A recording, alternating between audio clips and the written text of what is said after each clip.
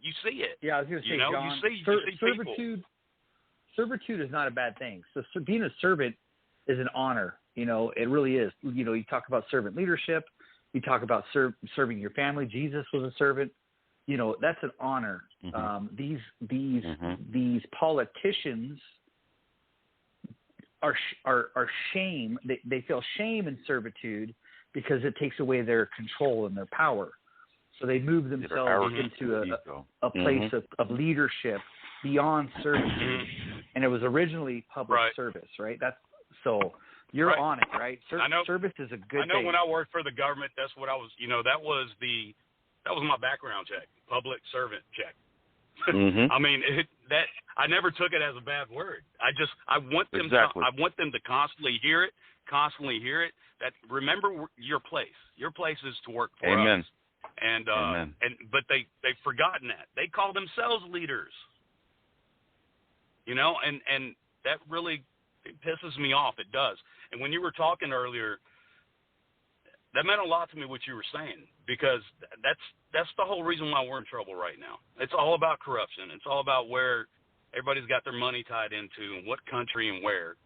And it really does suck, And when I was telling you about the morale being high with our guys, because let's be honest, man, the typical guy that's working oil and gas, millwrights, machinists, operators, engineers, etc., all of them, they are the crust of the earth. That's right. They are straight, hard-working men and women that don't have a problem working 16 hours a day. That don't have a problem all of a sudden having to work a turnaround or a shutdown for 3 to 6 months, however long, 1 month, 3 months. Because if you've been in this industry, they'll say 1 month and it turns into 3. They don't have a problem working straight 12 days and only having 1 day off. And they've been doing that for ungodly amounts of time. Back in the day when everybody was talking about essential workers during COVID, I was one who started really getting really loud and saying, guys, don't forget about these oil and gas workers. They are essential workers. Everybody seems to forget that they're out there humping every single day. And because of them, you're getting your groceries delivered. Because of them, you're getting fuel in your tank. Because of them, you're able to go to work. So no, it meant a lot to me what you said earlier, because that's pretty much where I stem everything that's going on to, is all this corruption that's just been rampant, and it just gets worse, and it's right in front of your face. It's almost like they're not worried. And the thing is, John. Sorry, go ahead, Sean. You go, then I'll go, brother. Okay. No, I was just going to say, and the sad part is that the people in America, the people in Ukraine, the people in Russia, the people suffer all over the world, while these so-called corrupt political leaders are playing checkers with our money. They're playing with our lives. And see, that's the sad part. They want to show propaganda images of people getting killed, but don't forget the corruption.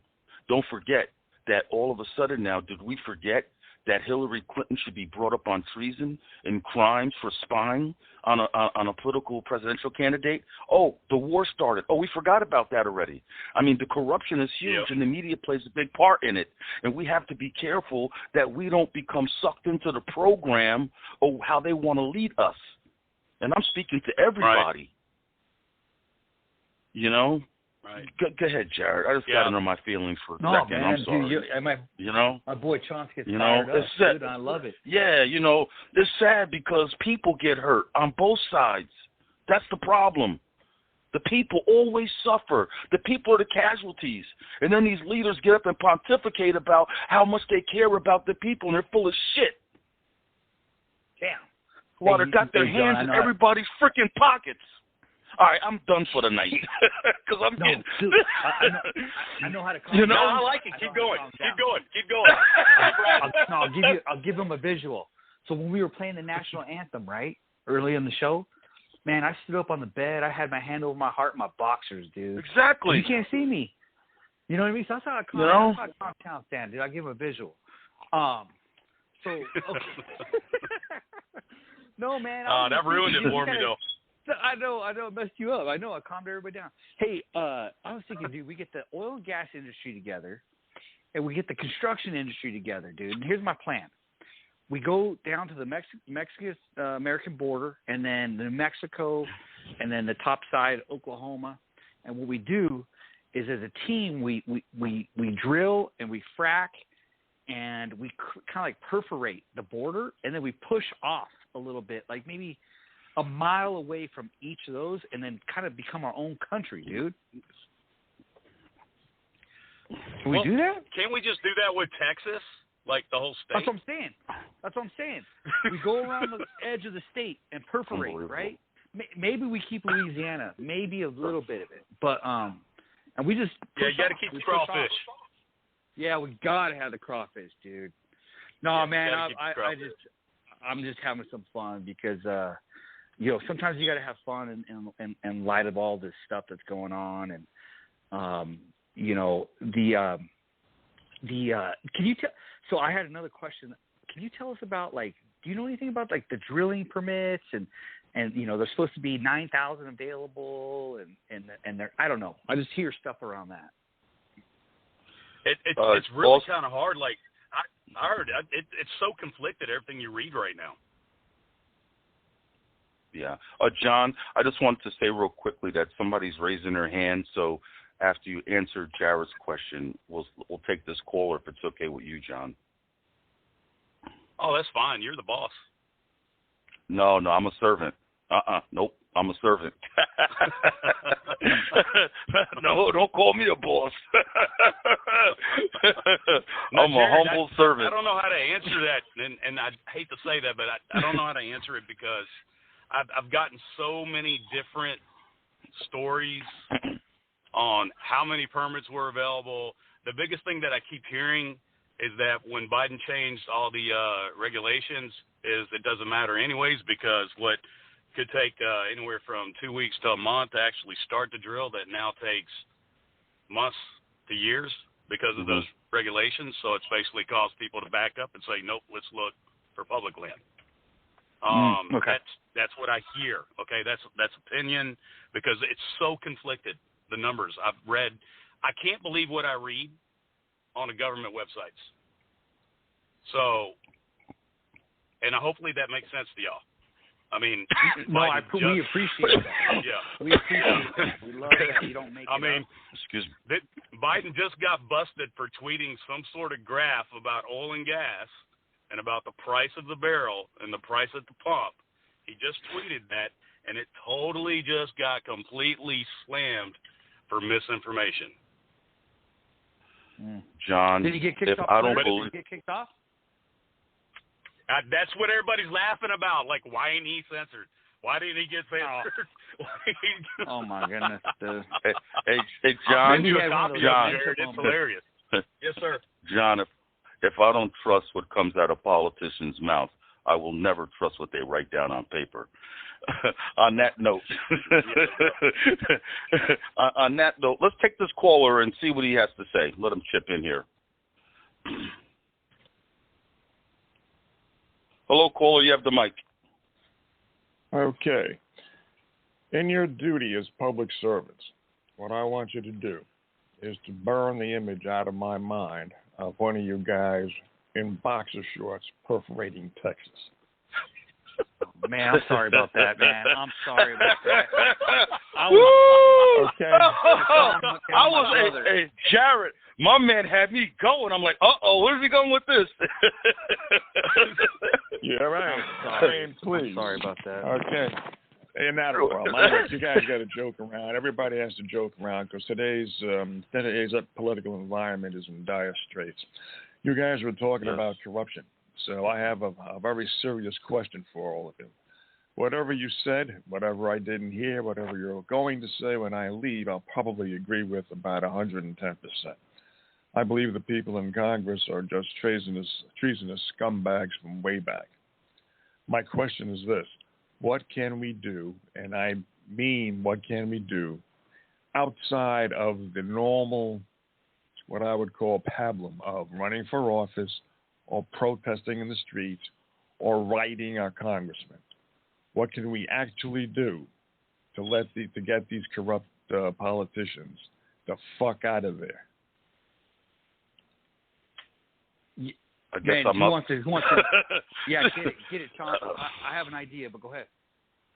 Yeah, listen, the first thing that comes to mind is, first of all, we got to start telling the truth. And I think that a lot of people don't understand really where the truth lies when they listen to these politicians talk. Unfortunately, I've been in politics all my life, and I'm not proud to say that, or a public servant in some capacity. And telling the truth is not popular. For some reason, we have to teach our young children. That's where we have to start, because the cancer's already festered into these older people. We got to forget about them. If we want to have a real paradigm shift, we're going to have to get to our children, and we're going to have to reorientate them on what America's about, good, bad, or indifferent to history, what it is to be a statesman, a civil servant. We don't teach these things within the framework of our educational system anymore. So if we don't teach American history, real American history, if we don't teach about government, then we're having... If you don't mind my interrupting. Yeah, sure. I'm going to agree, but the thing is, we don't have time for that. I agree with you that the educational system, which you're alluding to, is full of shit, and they're teaching our kids to be stupid. Plus they're bringing in the homosexual, LGBTQ, and all of that. But in my opinion, we don't have time for it, because I believe in such a thing as the Illuminati. I believe that the conflict between the Ukraine and Russia and the conflicts all around the world are done by the Rothschilds, and they're closing in fast on the destruction of America with this test vaccine. This vaccine was not meant to really do as much damage as it has. I mean, let me rephrase that. It was intended to do the damage that it has done, but its intention is a lot more damaging than we realize. I think they're going to bring in a virus which is going to be not 2% mortality rate, but around 35%. I think they're trying to destroy the world. And if you guys don't agree with me, please let me know why, and I'll give you my reasons as to why I believe that. We got about 15 minutes left, and we're going to have to definitely have you back on. But I'll let Jarrod or John chip in, because I could take 15 minutes responding to that by myself, and I don't want to do that. That's not fair. So, yeah, brother. So I love the question is, first of all, we identified a gap. We acknowledge the gap, and our best thing to do is we got to figure out how to solve the gap. Since things have been so chronic and so, I was a silent majority, right? I was okay with paying my taxes and working hard so that I could barbecue, shoot off some, 4th of July fireworks, drink some White Claws, and retire. I was okay with that. And I was okay with these politicians taking their cut. As long as they allowed me and my family to do that. And what ended up happening is Trump came in the office and he revealed the dirty laundry. He just revealed it all. And once it was revealed, they went into overdrive, right? So they just started pushing agenda. Since you only got a few minutes left on the show, let me interrupt you if you don't mind. What you're saying is the truth, but it's not the answer to the question. What you're giving is a history lesson, which I happen to agree people need. But I think that also we only have about 2 years left for America before it goes down the tubes economically and politically, so that people are actually starving in the streets. So without going to what would ordinarily be the usual solutions, because the usual solutions would take time. We don't have time, in my opinion. Now, if you think we have time, then, okay, you can try to implement it. But I still would like to know what the methodologies would be in order to turn this around. Because I don't have it. Yeah, I think that there's only two things that I can think of.